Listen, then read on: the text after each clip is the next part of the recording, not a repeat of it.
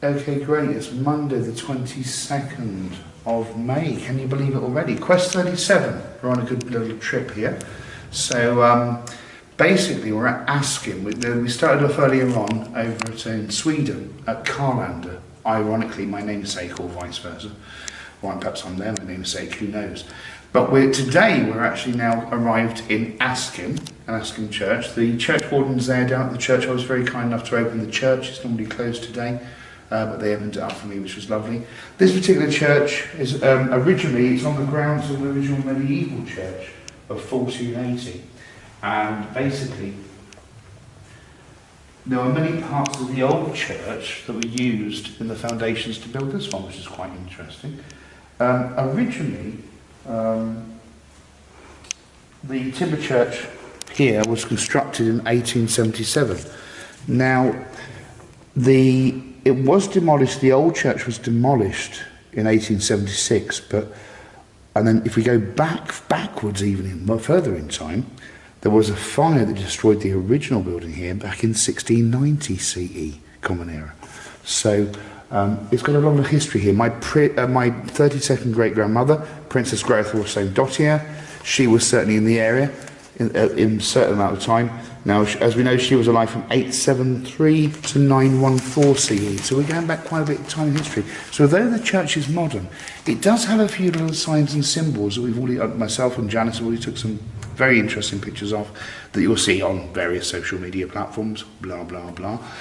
But what's nice is it's got a great feel about this church as we walk along. Obviously, the most prominent feature is the high altar there. I quite like the font. It's modern, it's a bit Art Deco even, in my mind, perhaps. Oops. So, and he went through the floor there, people. That'd be fun, wouldn't it? Going underground. There's a song about that, going underground. But needless to say, I like all the little symbology they've used, like the mother womb. The goddess there, I think, to be fair, and there's two guardians each side. So it depends on how anyone interprets any sign or symbol in time, isn't it? But I truly believe that to be the goddess and with the two guardians each side, which is quite an interesting piece. We've got here, yeah, we've got the pulpit, modern. What can I say about it? Not so lot. It does blend in with the church, though. But what I can say is the wonderful, painstakingly artwork that's been redone on these older chairs, and that is absolutely fantastic. I quite enjoy that. So, what's of interest here, if we can just pan up to, there's two main stained glass windows here in the church. Now, although it's modern, it's obviously depicting a nice older piece. We've got the four high angels. I do believe good old Archangel Michael, my favourite one, is up there obviously. Dashing chappy that he is. And we can see the star of heaven shining down the beam of light down onto the so-called Mary, so-called Jesus, so-called Joseph. What I like here is the actual little creatures that we've got down the bottom there, which I find quite interesting. Now, they're not there for just, oh, I know what, we'll plant a creature. There's a tale hidden within there. If we look, we can see the horse, we can see the snail, we can see the crickets or locusts, however you want to define that.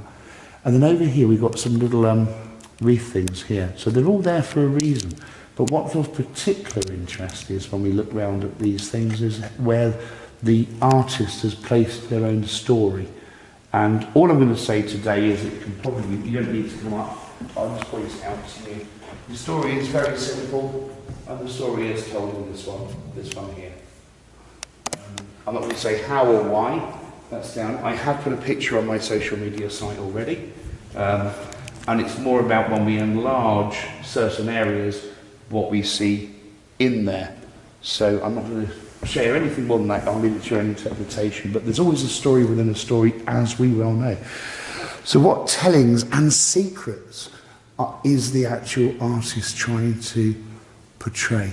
I love the ball behind there. Can we just see that as well there? We've got the ball. Interesting. It's got the right creatures in there for the storyline. But I'll leave that down to your own imaginations really as to why.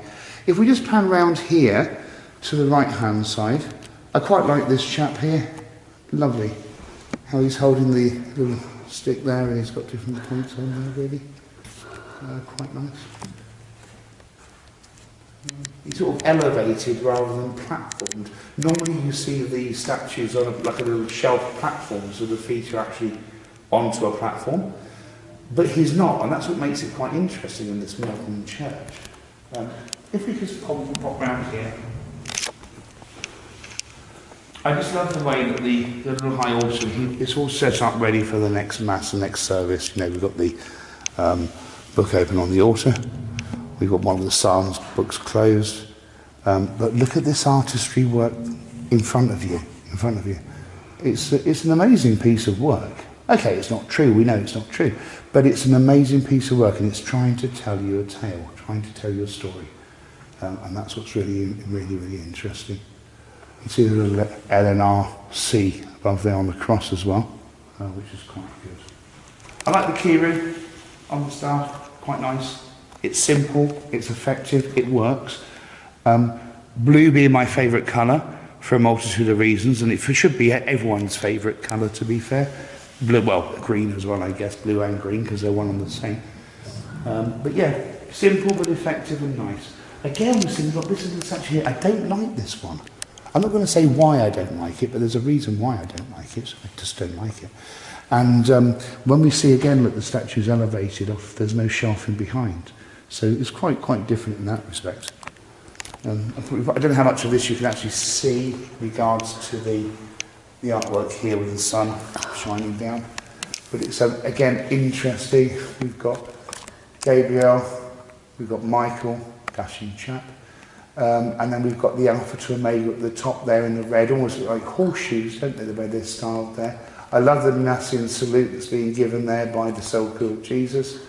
I love the flag of Norway that's coming around, wrapping around into orange, whites and reds in vibrancy and colour. I like the flowers that are being used. Now we can see we've got a couple of sprigs of acacia on there, which I expect to find. We've got a few little, what I call perennial plants, little bedding plants there as well. But what's really interesting, we've got some corn there as well in the middle of the section, just in the middle of the section there as well. So they're all there to tell a story, aren't they? Note that Michael is actually dressed in green.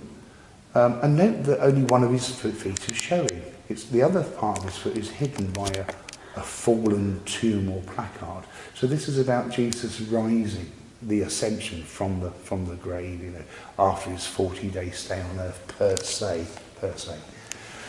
The other person's feet are almost set in a sort of slipshod fashion.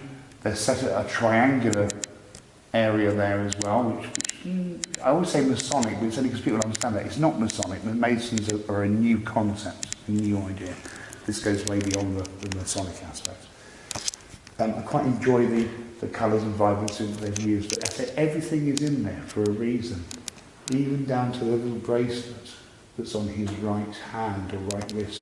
So we're just going to walk down the aisle here, just for that last time. And just to show you these last couple of pieces here, yes, again, they're all modern, but you can see over there to my left, we've got the belly bird, we've got a Templar cross there, inverted, obviously going downwards, which is quite interesting. I also love this piece here. In fact, it's one of the most favourite pieces of the modern artwork that I like. The pyramid and the eye, the all-seeing eye, and the three feathers coming out. Faith, hope and charity, which is interesting there. So, it's amazing though, isn't it, with faith, hope and charity, if only humans could actually consider being faithful, having hope, and probably being a little bit charitable. Perhaps it might be a different place and a different outcome, but hardly likely to be the case, really. Anyway, we're moving swiftly on. We are at ASKIM Church then. Lovely church to come and see. Great feel about it. Monday the 22nd of May.